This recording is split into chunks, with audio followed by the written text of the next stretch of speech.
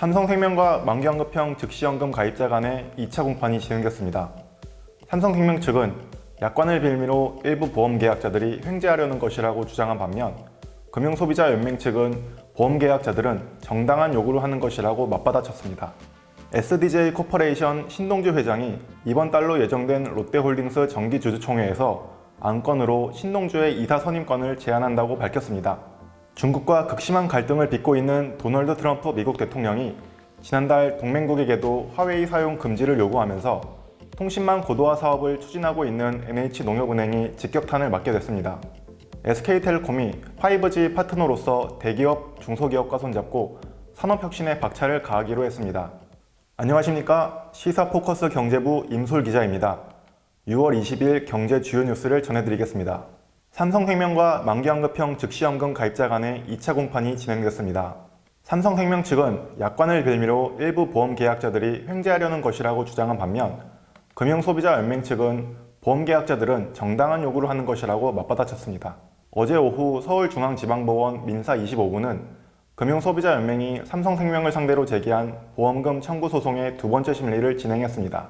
삼성생명 측 변호인은 가입자들은 순보험료의 공시이율을 곱한 금액을 생존연금으로 지급해달라고 주장하고 있는데 약관에는 공시이율 적용이익 전부를 생존연금으로 지급한다는 말이 없다며 그동안 문제가 없다가 금감원 분조위에서 문제를 제기하니 소송을 제기한 것으로 보아 일부 계약자들의 이번 건으로 횡재하려는 것이라고 지적했습니다. 이에 원고 측 변호인은 고객들은 만기형과 종신형의 구조를 알고 가입한 것이 아니기 때문에 비교 자체를 할 수 없었다며 그전에는 몰랐다가 분조위에서 문제를 제기해 그때 알게 돼 소송을 진행한 것이라고 설명했습니다. 이어 계약자에게 차감 방식이 정확하게 설명되지 않았기에 약관에 따라 계산된 보험금을 달라는 것이고 횡재하려는 사건은 말도 안 되는 소리라고 맞받아쳤습니다. 3차 심리는 오는 8월 30일 서울중앙지법에서 열릴 예정입니다. SDJ 코퍼레이션 신동주 회장이 이번 달로 예정된 롯데홀딩스 정기주주총회에서 안건으로 신동주의 이사 선임권을 제안한다고 밝혔습니다. SDJ 코퍼레이션 측은 이번 주총에서 신동주의 이사 선임권만 제안하는 것은 신동주 회장이 신동빈 회장에게 지속적으로 시도해온 화해 제안의 연장선에 있다고 밝혔습니다.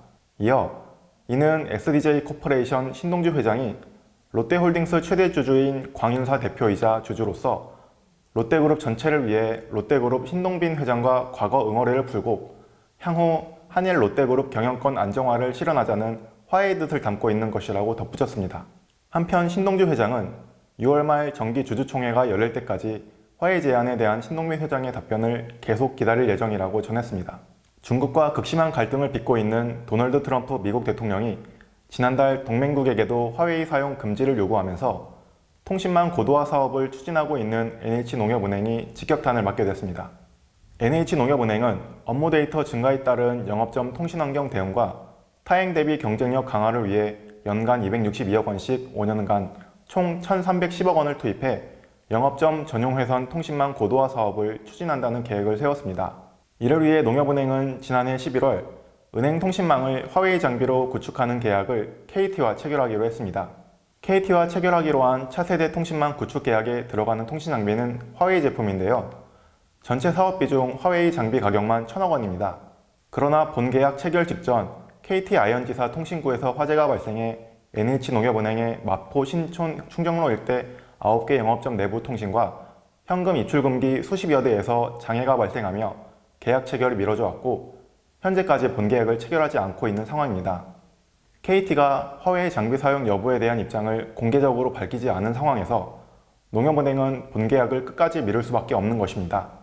농협은행 측은 현재까지 KT가 우선 협상 대상자 지위를 상실할 사유는 없지만 재계약을 반드시 KT와 할 필요는 없으며 재계약이 끝나는 오는 9월까지 신중하게 검토해본다는 입장인 것으로 알려졌습니다. SK텔레콤이 5G 파트너로서 대기업, 중소기업과 손잡고 산업혁신에 박차를 가하기로 했습니다. SK텔레콤은 오늘 서울 종로구의 5G 스마트 오피스에 방문한 관계부처 장관들을 대상으로 5G 서비스 솔루션을 소개하고 5G 사업 간담회를 가졌다고 밝혔습니다.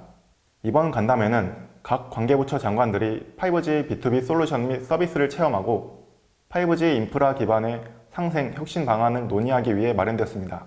간담회에 앞서 SK텔레콤은 스마트 오피스를 포함한 5G 서비스에 대한 시연도 진행했습니다.